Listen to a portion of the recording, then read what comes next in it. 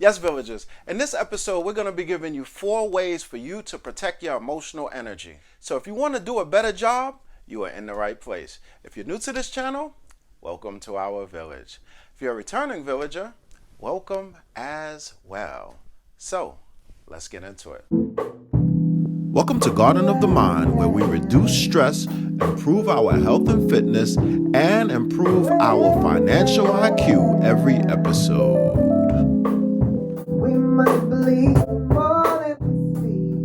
I have a friend that every time I call him, he says the same things all the time. There's a lot going on right now. Well, if you know that, then you have to do something different in your situation. First off, life is not supposed to go right. It's not supposed to go exactly the way you plan it. So you have to find ways to take breaks for yourself and find ways to make it work and serve you. Tip number 1, not everything deserves your energy. Let's say you have 100% of energy throughout an entire day. You know that amount that you have, you can only allocate only the 100% that you have. If you spend your time allocating energy to things that don't work for you, then you are depleting your energy and you're having less for yourself and for the things that do matter. So be very careful in terms of how you distribute your energy throughout the day. Choose how you allocate how much time you spend to social media. Choose how much time you're going to spend to regular media. There's a lot of things going on in the news and they're very, very emotionally draining. If you know that they are emotionally draining, don't watch them. You don't have to have the fear of missing out and feel like if you don't watch it, then you're not cognizant of what's going on in the world. You have to think about yourself and your emotional energy as a priority over you finding out exactly what's going on in terms of current events. There are also people who are very emotionally draining. There are some people who I know who come to you with a problem and you give them a solution and they give you another problem. So don't give positive energy to negative people. Tip number 2, use your veto power to stop going to things that you don't want to go because you feel obligated. Once again, we have 100% of energy. If you are going places that you don't want to go and eating food that you don't want to eat with people who you don't want to be around, that takes an emotional toll. Now, I know sometimes it can be really hard because someone did you a favor and in response to that favor, you are trying to pay them back. But you also have to weigh that. You have to weigh whether this is the time to pay them back or perhaps it can be another time. You have to see exactly how you are feeling emotionally and decide whether this is a good time to pay them back or perhaps at another point in time. Don't let them run that guilt trip on you. Tip number 3, tap into the power of God. The Bible says, "Them that wait on the Lord shall renew their strength. They will mount up like eagles. They will run and not get weary."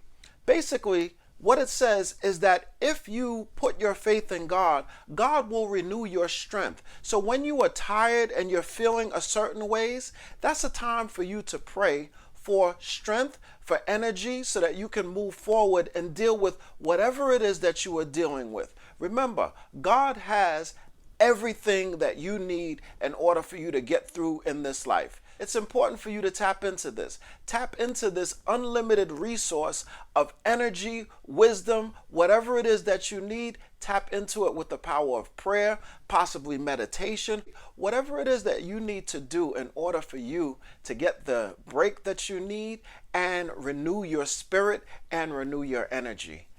Do those things. Tip number 4, take time for yourself and don't feel guilty about it.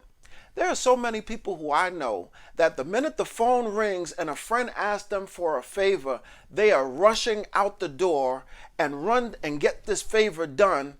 And all of these phone calls leaves a whole lot less for this person. So when it comes time for them to have some energy for themselves, they don't really have a whole lot. So prioritize your mental health, your emotional energy, the same you would if somebody gave you a call and asked you to come and help them because their car wouldn't start or they're in some sort of place where they absolutely need you. Well, Like I said, back to that 100% of energy. If you give out all of your energy to other people, how much do you have for yourself? Simple math problem. You have to be clear on exactly how much you are putting out and how much you are getting as well. That's not selfishness. That is how you take care of yourself. And you shouldn't feel bad about that. You should prioritize yourself just like you would a friend's phone call when they call you to ask for a favor. Now, you always have that friend where you tell them that you're busy at 2 o'clock and they say, well, what you doing at 2 o'clock? Well, 2 o'clock, I have another obligation. You can choose to tell them that you are taking time out for yourself, or you can just simply leave it as another obligation. I find that when you say that you're taking time out for yourself, then people find the way underneath there and find the way to make you feel bad about taking time out for yourself as opposed to doing whatever it is that they want you to do. Whatever way you say it, take some time out for yourself. During that time, do some things that make you feel alive. Remember who you were before the children, before the job, before all of the obligations, and do some of the things that was pleasing to that person back there. Now, we've given you 4 ways for you to protect your energy. If there are some things that you think are going to be helpful to the village, please put those in the comments. The village will be oh so happy to get that, and so will I. If you like this video, please give it the thumbs up. If you like this channel, please subscribe. If you want to know when I post, which is Monday, Wednesday, and Friday, but not last Wednesday, my apologies, please click on that notification bell so you'll get that ding on your phone and you'll know that another video has been created and you'll be one of the first ones to know exactly what it is that we said here. And remember, thoughts are actions, words have power, and actions have consequences. I'll see you for our Monday portion. I'll see you then.